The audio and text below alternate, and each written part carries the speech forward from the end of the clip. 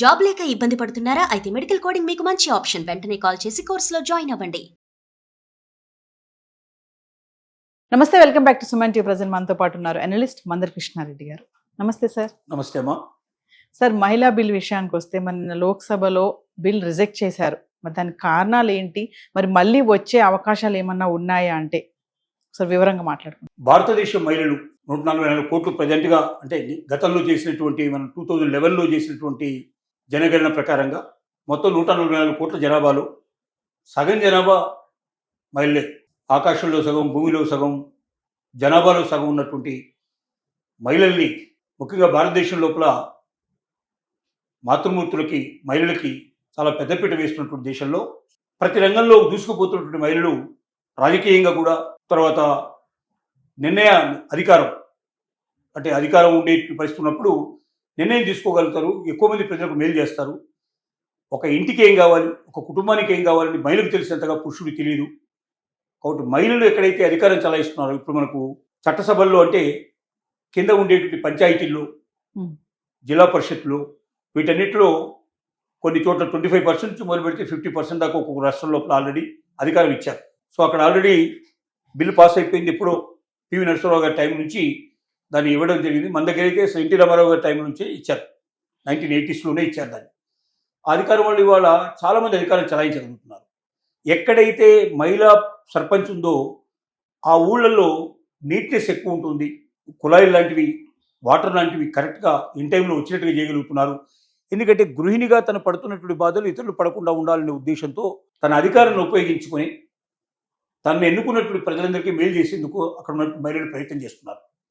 అంటే పురుషుల కన్నా స్త్రీలు కొన్ని విషయాల లోపల సమాజానికి ఏం కావాలి, కుటుంబాలకు ఏం కావాలి, కుటుంబాలన్నీ కలిస్తేనే సమాజం కదా, కుటుంబాలకు ఏం కావాలో సరిగ్గా చేయగలిగినప్పుడు సమాజానికి చేసినట్టు అవుతుంది.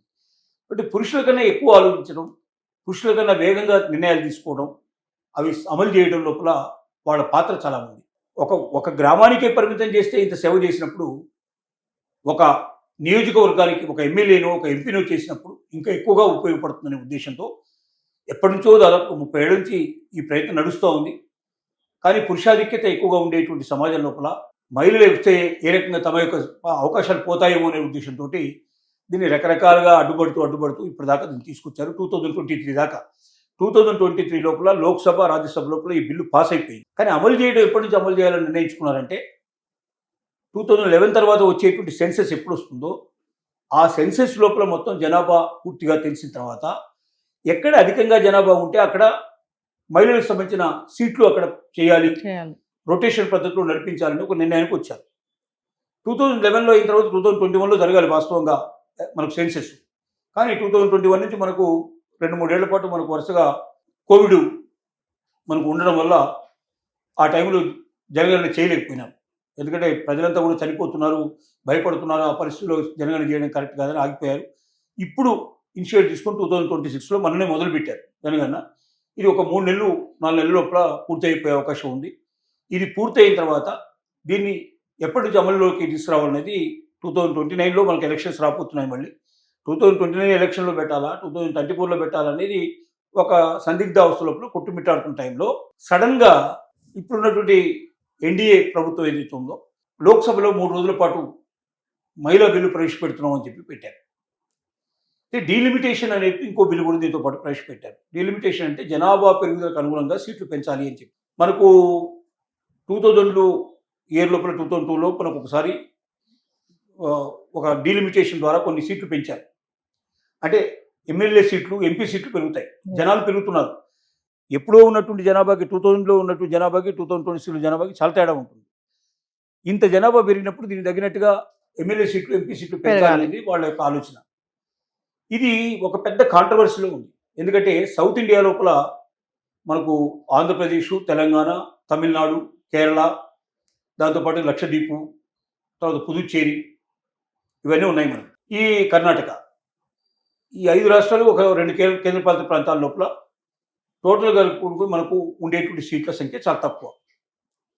నార్త్ స్టేట్లలో ముఖ్యంగా ఉత్తరప్రదేశ్, బీహారు, ఉత్తరాఖండ్, ఇలాంటి 4-5 రాష్ట్రాల్లో మనకు 2 నుంచి 3 ఉన్నారు. అక్కడ జనాభా ఎక్కువ ఉంది కాబట్టి అక్కడ ఎక్కువ సీట్లు ఉన్నాయి.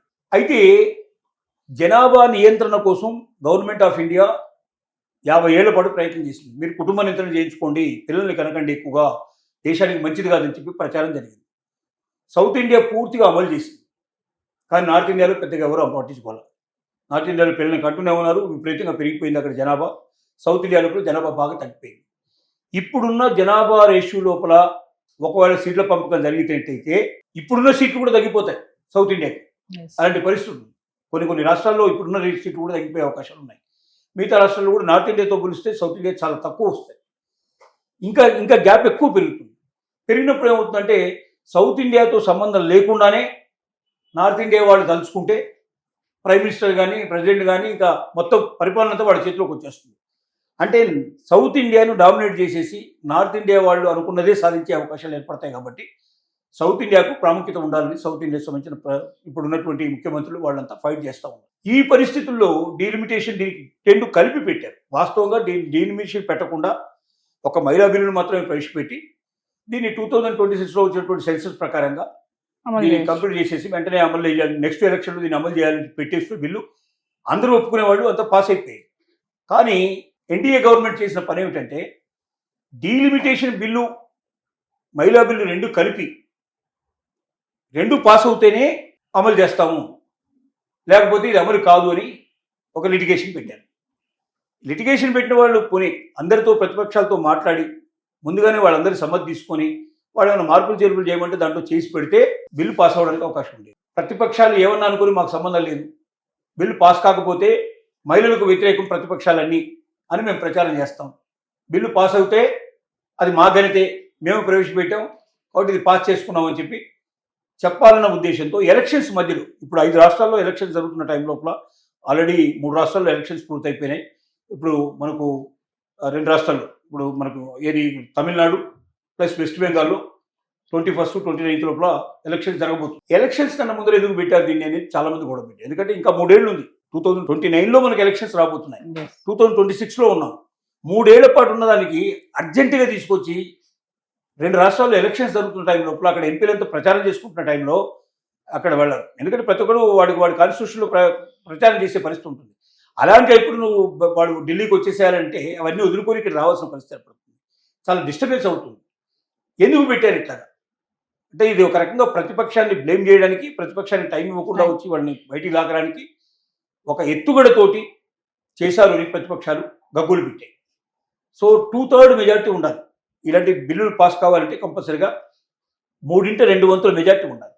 కానీ ఇప్పుడున్నటువంటి ఎన్డీఏ గవర్నమెంట్కి 3/2 మెజార్టీ లేదు. 292 సీట్లు మాత్రమే ఉన్నాయి. ప్రతిపక్షాలకు 230 సీట్లు ఉన్నాయి. అటు ఇటు కాకుండా ఉన్న వాళ్ళు ఒక 63 మంది ఉన్నారు. వాళ్ళు ప్రతిపక్షం కాదు, పాలకపక్షం కాదు, ఇండిపెండెంట్గా ఉన్నట్టు వాళ్ళు. అందరితో కన్సల్ట్ చేసి ఇట్లాంటి బిల్లు తీసుకొస్తున్నప్పుడు చాలా ముఖ్యమైన బిల్లు. ఎందుకంటే మహిళలకి ఎప్పటి నుంచి అధికారం ఇవ్వాలి అనేది తేల్చేటువంటి బిల్లు. ఇలాంటి బిల్లుని తొందరపడి ప్రతిపక్షాలతో సంప్రదించకుండా సరైనటువంటి వాళ్ళ ఆలోచన నిర్ణయించకుండా వాళ్ళు ఇలాంటి పెట్టొద్దు అని చెప్తున్నా కూడా బలవంతంగా ఇది పెట్టి ఇది ఘోరంగా విఫలమైపోయి నిన్న ఈ బిల్లు పాస్ కాకుండా ఆగిపోయింది. 2/3 మెజార్టీ రాలేదు, తక్కువ వచ్చింది. అందువల్ల మిగతా 2 బిల్లు కూడా ప్రవేశపెట్టకుండా నిన్న రాత్రి దీన్ని 7-7:30 గంటల సమయం లోపల ఇది పూర్తిగా విఫలం అవడం వల్ల దీన్ని రద్దు చేసుకోవడం జరిగింది. అంటే 2023 బిల్లు అట్లాగే ఉంది. ఇప్పుడు ఏమంటున్నాయి ప్రతిపక్షాలంటే ఆ బిల్లును తీసుకోండి, డీలిమిటేషన్ దీన్ని కలపకండి, నెక్స్ట్ వచ్చే ఎలక్షన్లో కంపల్సరిగా మహిళలు పార్టిసిపేట్ చేయండి. ఈ 2026లో ఇప్పుడు సెన్సస్ చేస్తున్నారు కాబట్టి 2026లో దాని ప్రకారంగా సెన్సస్ ప్రకారంగా వెళ్ళండి. రెండోది ఇప్పుడు కులగణనే కాకుండా జనగణనే కాకుండా కులగణన కూడా జరుగుతుంది. ఫస్ట్ టైం భారతదేశం లోపల ఇప్పటిదాకా ఎంతమంది ప్రజలు ఉన్నారు, ఆడవాళ్ళు ఎంతమంది ఉన్నారు, మగవాళ్ళు ఎంతమంది ఉన్నారు లెక్క పెట్టేవాడు తప్ప ఏ కులం వాళ్ళు ఎంతమంది ఉన్నారో లెక్క పెట్టే పరిస్థితి లేదు. కానీ మొట్టమొదటిసారిగా సెన్సస్ లోపల కులగణన కూడా స్టార్ట్ అయింది. అంటే ఏ కులం వాళ్ళు ఎంతో తెలిసినప్పుడు ఏమవుతుందంటే ఆ కులాలకు కూడా ఇంపార్టెన్స్ ఇచ్చి, ఎందుకంటే మనకు ఇప్పుడు సీట్లు ఉన్నాయి, ఎస్సీలకు ఎన్ని సీట్లని, ఎస్టీకి ఎన్ని సీట్లని ఉన్నాయి, దాంతోపాటుగా బీసీలకు కూడా ఎన్ని సీట్లని ఇవ్వండి. ఇస్తే ఏమవుతుందంటే వాళ్ళల్లో కూడా కొంతమంది మహిళా బిల్లు ద్వారా లబ్ధి పొందే అవకాశం ఉంటుందనేది ప్రతిపక్షాల సూచన. ఇది నిజంగా 2027లో ఎలాగో ఇప్పుడు 2026లో జరుగుతున్నటువంటి సెన్సస్లో కులగణన ఉండడం వల్ల అది చాలా ఈజీ అవుతుంది. దీన్ని మహిళా బిల్లుకు ఫస్ట్గా వర్తించేట్టుగా చేయండి అని చెప్తున్నాయి. బహుశా ప్రభుత్వం తిరిగి ఆలోచించి పునరాలోచించి బిల్లు మళ్ళీ తీసుకొచ్చే అవకాశాలు ఉన్నాయి. కానీ దీనిలో ఏంటంటే తప్పు ప్రతిపక్షాల మీద నెట్టడానికి పాలకపక్షం మీద నెట్టడానికి ప్రతిపక్షం రెండు ప్రయత్నం చేస్తున్నాయి. ఎలక్షన్లో లబ్ధి పొందడానికి ఇద్దరు ప్రయత్నాలు చేస్తున్నారు తప్ప మధ్యలో నలిగిపోతుంది ఎవరంటే మహిళలకు వచ్చిన ఒక గొప్ప అవకాశం. ఇది సక్సెస్ అవుతుందని చాలామంది మహిళలు వాళ్ళు పార్లమెంట్ లోపల విజిటర్స్ గ్యాలరీలో కూర్చొని కొన్ని వందల మంది మహిళలు వెయిట్ చేశారు. మన రాష్ట్రం నుంచి కూడా చాలామంది వెళ్ళారు, ఆంధ్రప్రదేశ్ నుంచి తెలంగాణ నుంచి కూడా చాలామంది వెళ్ళి అక్కడ కూర్చున్నారు. వాళ్ళందరికీ నిరాశ ఎదురైంది. నేను సంబరాలు చేసుకుందాం అనుకున్నారు ఇవాళ బిల్ పాస్ అయితే. అందువల్ల మహిళలు నిరాశపరిచారు. ఓడిపోయింది మహిళలు, అటు ప్రతిపక్షం ఓడిపోలేదు, పాలకపక్షం ఓడిపోలేదు, ఓడిపోయింది మహిళలు ఓడిపోయారు. నేను చెప్పాలంటే అంటే మహిళలు ఓడిపోతారని తెలిసి కూడా ఈ బిల్లు పెట్టడం అనేది, మహిళా బిల్లు ఓడిపోతుందని తెలిసి కూడా పెట్టడం అనేది ఇది క్షమించడానికి నేరం. నిజం చెప్పాలంటే అధికార పక్షం తప్పు చేసినట్టే లెక్క ఒక రకంగా. మరి దాన్ని సరిదిద్దుకునే ప్రయత్నం కూడా వాళ్ళే చేయాలి. తొందరలో ఈ బిల్లును మళ్ళీ మార్చి అందరికీ అనుగుణంగా ఉండేట్టుగా తయారు చేసి బిల్లు ప్రవేశపెట్టినట్టయితే ప్రపంచంలోనే ప్రపంచంలో మొట్టమొదటి దేశం మన దేశం. అసలు అమెరికాలో 250 ఏళ్ల చరిత్రలో ఒక్క మహిళా ప్రెసిడెంట్ ఇంతవరకు ఎలక్ట్ కాలేదు. కానీ అదే మన దగ్గర మహిళా ప్రైమ్ మినిస్టర్ వచ్చారు, ప్రెసిడెంట్ ఆఫ్ ఇండియా చాలామంది మహిళలు పనిచేశారు, ముఖ్యమంత్రులుగా చాలామంది మహిళలు పనిచేశారు. ఇలాగా 1/3 మహిళలకు ఖచ్చితంగా ఇవ్వాలి అనేది కూడా ఏదో 1-2 దేశాల్లో కొంత పర్సంటేజ్ ఉంది తప్ప ఇంత పెద్ద డెమోక్రటిక్ కంట్రీస్లో ఇంతమంది మహిళలకు ఒకేసారి అవకాశం దొరకడం అనేది అసలు ఇంతవరకు ప్రపంచ చరిత్రలో లేదు. అలాంటి ఒక చరిత్రని స్థాపించి మహిళలకు కూడా అధికారం ఇస్తే ఇంకా మరింతగా భారతదేశం రాణించే అవకాశం ఉందనేది అందరి నమ్మకం. Thank you sir.